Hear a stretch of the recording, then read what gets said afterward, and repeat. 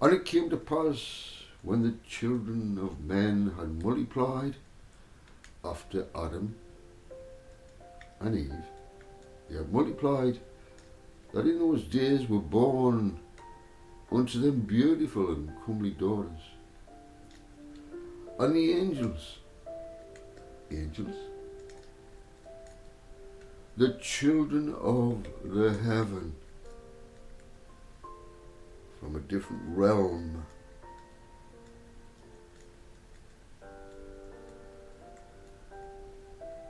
saw and lusted after them.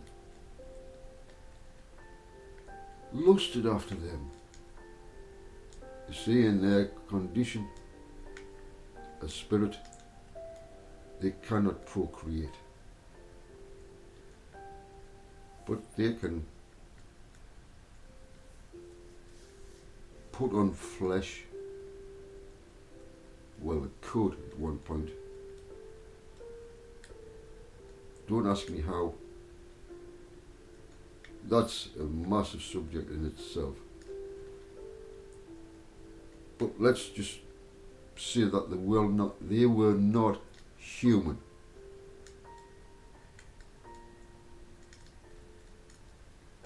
Angels had a different dwelling place. The earth was not meant for them to come here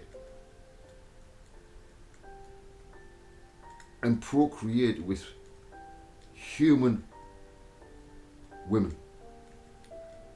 They are different. It's a splicing of something that's wrong. Now, we've done it in a different way. They've come in the wrong way. When we've been put into the human genome as the sons of God, like they were, like they are still, but they are not human. We come through the bloodline or the DNA of Adam and Eve.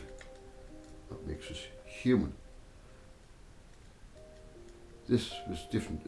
And verse 2 says, and the angels, yeah, fancy that, the children of the heaven saw and lusted after them, lusted, and said to one another, this is the angels in heaven,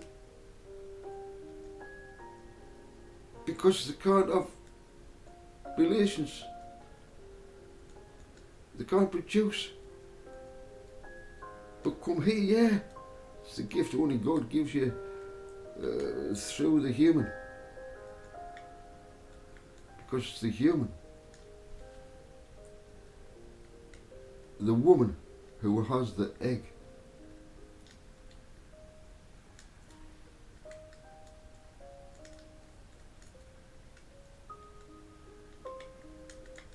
So this is a pact, and the angels, the children of heaven, saw and lusted after them, and said to one another, come, let us choose us wives from among the children of men, and beget us children, something they couldn't have.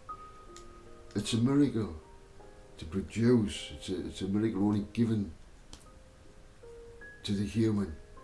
For them to get it, they have to impregnate a woman, a human woman. Listen.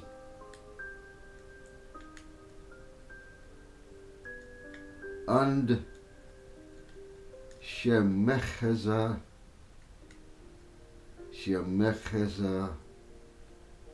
who was their leader, Shemecheza, Satan, the devil, this is his name, who was their leader, said to them, the is the angels that are about to commit the greatest sin.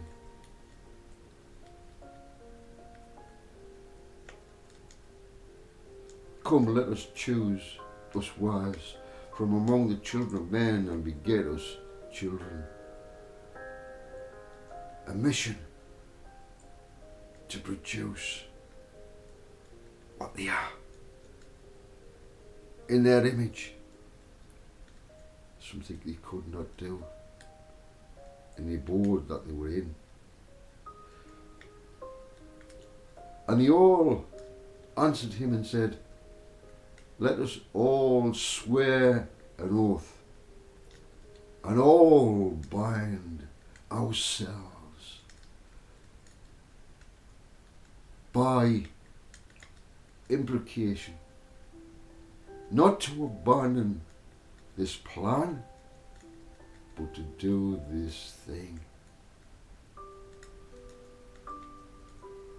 Its roots go way back.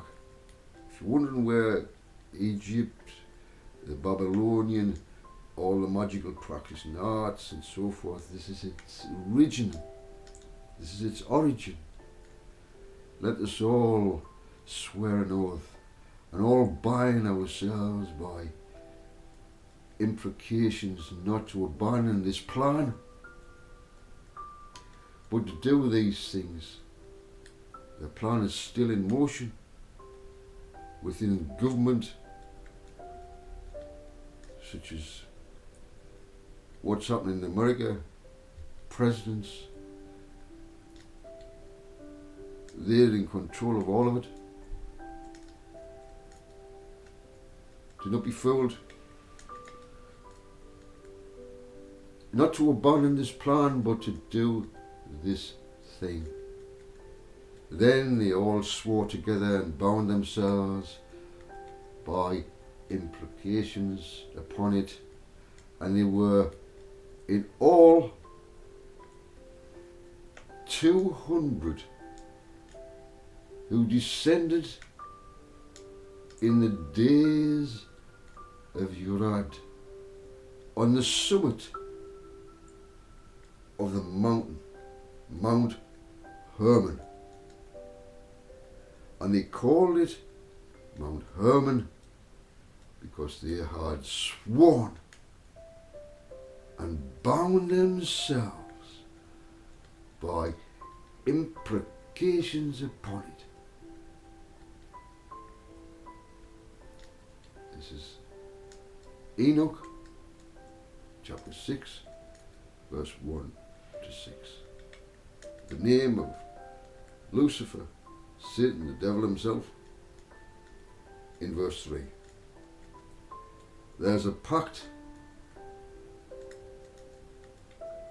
and their seed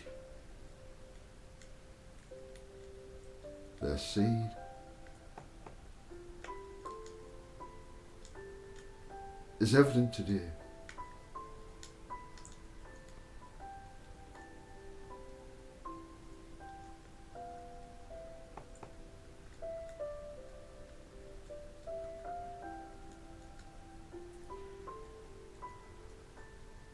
Now there's great deception that's taking place.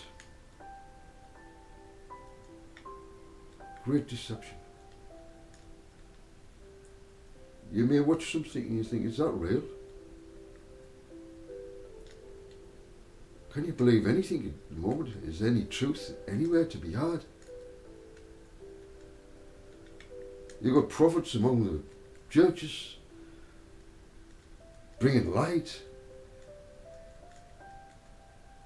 so-called light. You've got synagogues, you've got mosques.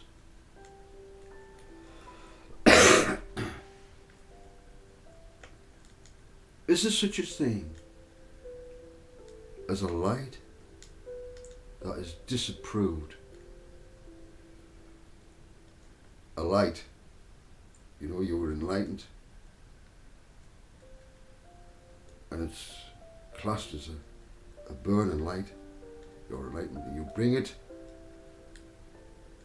from, let's say, an altar that's burning, and you take some of it and you bring it as a light. Listen to this.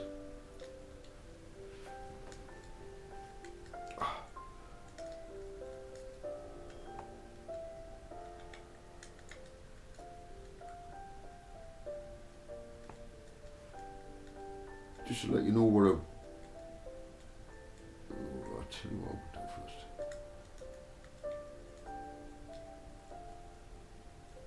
Are you still there?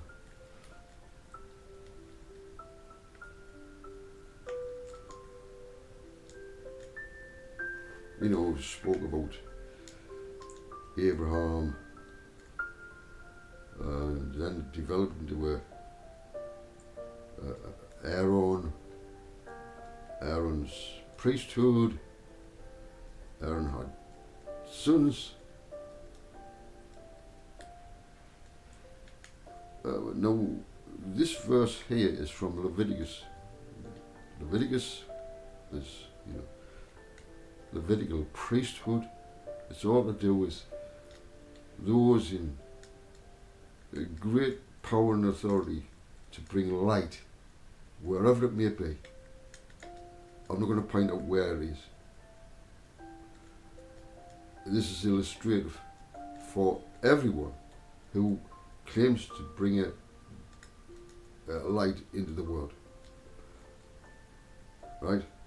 Doesn't matter what religion you are from, it doesn't matter. Listen to this. Now, Aaron's sons, Aaron was the high priest. Aaron. So this is high ranking stuff, not just a normal run-of-the-mill Jew. It's just totally different. Now, Aaron's sons, Nadab and Abihu, took these censes, right? Put fire in them and added incense and offered, see, it's an offering, the light, offered unauthorized fire before the Lord.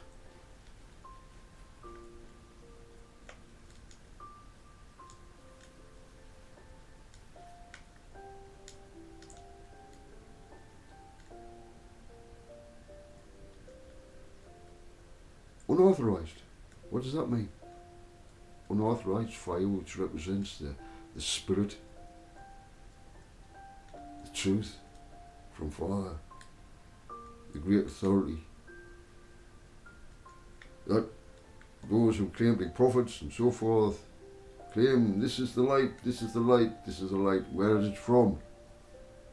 Where did you get the light from? Now, Aaron's sons, these are priests. Aaron's sons, Nadab and Abihu, took their censers, put fire in them. Where did they get the fire from? And added incense and offered unauthorized fire before the Lord, contrary to his command. So there must have been an altar taken from the fire. Listen, so it was from a different altar. Unauthorized fire from a different altar. What was the altar that it should have been taken from? This is all illustrative, by the way. For every religion who claims to bring light to the world. An altar. It was supposed to be taken from, these two men were supposed to take it from where? Otherwise it would be unauthorized fire. Unauthorized. Now listen. If you want to know what the brazen altar is,